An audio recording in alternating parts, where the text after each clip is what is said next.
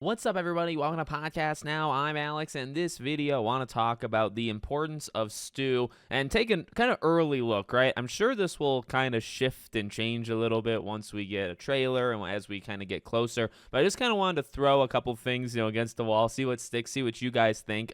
We've talked about this, here and there about, well, what could you do with Roman? What could you do with Stu? But specifically, kind of zeroing in on Matthew Lillard coming back and Stu coming back in some way. Why would they do something like that, right? And what they could potentially be leaning in and what we think they could be leaning in right now, okay? So I think, and we've already kind of said this, right? The use of AI has probably got something to do with it, deep fakes, etc. The idea of a flashback, I mean, when you connect Stu and Roman, and you know both of those are coming back, you know that Roman's only coming back for just a little bit of time. That, again, I think connects to more of a flashback thing, at least with him. But specifically with Stu, right? We've heard rumors that Stu's role in this thing is actually going to be quite considerable. Like, he's not just a cameo. He's not a glorified cameo. Like, it's, like, legitimate. Now, I don't know how much, like, Matthew Lillard specifically. I think it's almost the presence or, like, the aura, of Stu Macher coming back. Now, you could do something with the past, of course. I've already speculated maybe a deep fake AI type thing where she gets a call and it is him and maybe you see him. So he literally gets, like, an okay amount of screen time, right? Like, that is, like, a thing.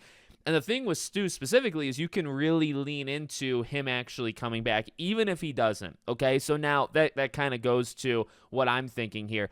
I think that's got to be the plan. I think an early look, things can change. I mean, we could see the trailer and we could be so off of what they're actually trying to do, right? But I really have got to believe, and this would actually kind of be insane and something that I wouldn't think they would have leaned into until they ultimately do it here, leaning into the conspiracy idea that Stu Macher is alive, right? And then combining that because, we've kind of dabbled in that before. In fact, Scream 6 even took that like 30-second little intermission where they looked at that too, right? Between Kirby and Mindy, where they even kind of bounce things back. And it's like, well, for those that believe versus those that don't believe. So even in the universe, just with almost those throwaway lines, now maybe to some, those were not throwaway lines, right? Just using those lines alone already establishes that in that universe of Scream, there are people out there that do not believe that Stu actually died, which very much mimics, well, obviously, right, that kind of meta commentary mimics the people of real life, people here that also don't believe that Stu actually died. So we've already kind of done that, but just very, very little, right? Now, to use that and to bring it into Scream 7 and say, okay, we're going to not only take the conspiracy theory out there that people think that he never died, right? That's kind of part one. That's one part of it. That's always kind of been there, right?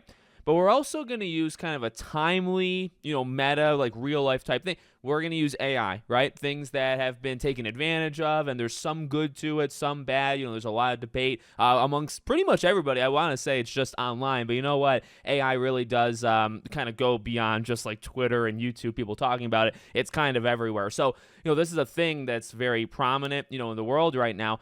To use the deep fakes, to use the AI, all that kind of stuff that's already been in conversations of like, where do you draw the line? Where do you draw the line of doing the things where like they've already kind of done it with Billy, right? Where you kind of try to de-age and using that technology. How do you use that and that kind of just zeitgeist type moment? And how do you combine it with the theorists that believe that Stu is alive? Well, you literally just combine them, right? So you have this idea throughout the whole movie that Stu is actually alive, and then you use the AI and the deep fakes to actually kind of push that idea, right? And I think I've said this before, but I'll say it. Obviously, this is a pretty okay video to do it on. They have to just make a choice, though, right? I think because at the end of the day, I believe the idea is they're going to really try to bring Stu back to the characters of Scream 7, if that makes sense. They're really going to try to convince them, really try to convince Sidney that Stu Macher is back. That is what I truthfully believe is going to happen, okay? Whether that is people being manipulated by other people, whether, whatever it might be, okay? Somebody from the very, very beginning using new people and kind of forming like this new age cult and doing it off of Stu. People just kind of replicating it and being like Stu truther type people. However you do it, I think the idea is they're going to try to fool the characters in Scream 7 that Stu is back, okay? And by doing that, they're going to also try to fool us. Now, I've said this before. The issue there is you got to be really, really delicate. And I will say, okay, well, I'm a big Scream guy, as you all know. I mean, we've been through this journey, together for many years now. One thing I'm not confident in, at least right now, is that ability. Because you have to kind of, for me at least, okay, you got to try to isolate what the movie is trying to make us believe and if we're going to give them that or not. And we've said it time and time again, but my big concern is actually Scream 6 with Kirby, specifically Kirby and specifically Scream 6. Now, I like Kirby, and I've said that before, and I like Kirby even in Scream 6, but the one thing I did not like about it is the belief that she could ever be a killer. And the reason why I do think that's so important is that literally it's different characters, it's different circumstances, but it actually is the same thing. They needed us to believe that there was a possibility that Kirby could be the killer in 6. A good chunk of that ending relied on that. Now, maybe not the entire thing and ultimately did end up mattering, whatever. But they really did need our buy-in. And at least from me, I talked about when it came out, I did not buy into that, right? So at the very end, when they're doing these twists and, she got fired or whatever the thing was, and she's basically not who she says she is or not, she's not doing she's not actually doing what she says she's doing, all that jazz. You've got to buy that in order to make it work, in order for that payoff to work. And it didn't work. It didn't work because I didn't buy in. And I didn't buy in because it just wasn't really realistic. So to the Stu part, okay, the thing that I am concerned about is there needs to be buy-in. There needs to be buy-in from the viewers, not just the characters. See, because they did that in 6. They made Sam and Tara at the very end when Kirby comes out. They made them realistically buy in that it could potentially be Kirby. So they were fooled, but we were not fooled. At least I was not, right? We were not fooled. So there was a disconnect. You want kind of us to believe the same thing as them, at least in certain circumstances. So that's a big issue to me, at least, in Scream 7. There's a lot of potential. At the end of the day, they have to choose to bring Stu back or to not bring Stu back. Okay, that's number one. And then number two, you've got to at least have the buy-in from us that it's possible either way.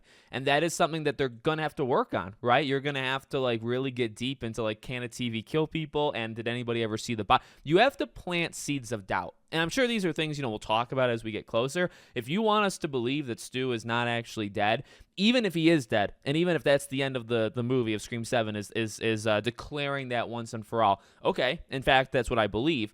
But you've got to still, I imagine, because you're going to try to convince people that he's alive just to say, oh, he's actually not. At least that's now. I mean, they could easily do a 180 and he actually is alive and none of it actually matters. But you got to make us believe that it's even possible. And that's something that they're going to have to work on, I would say, throughout the whole movie. So that's kind of, right now, that's my thoughts. And we'll see if that changes as the film wraps and as we get, a trailer and whatnot. But that's kind of where I think it's going to go right now. So let me know what you guys think in the comments. Make sure, as always, you're subscribed to the channel, bell icon turned on. And I hope to see you all on the next one.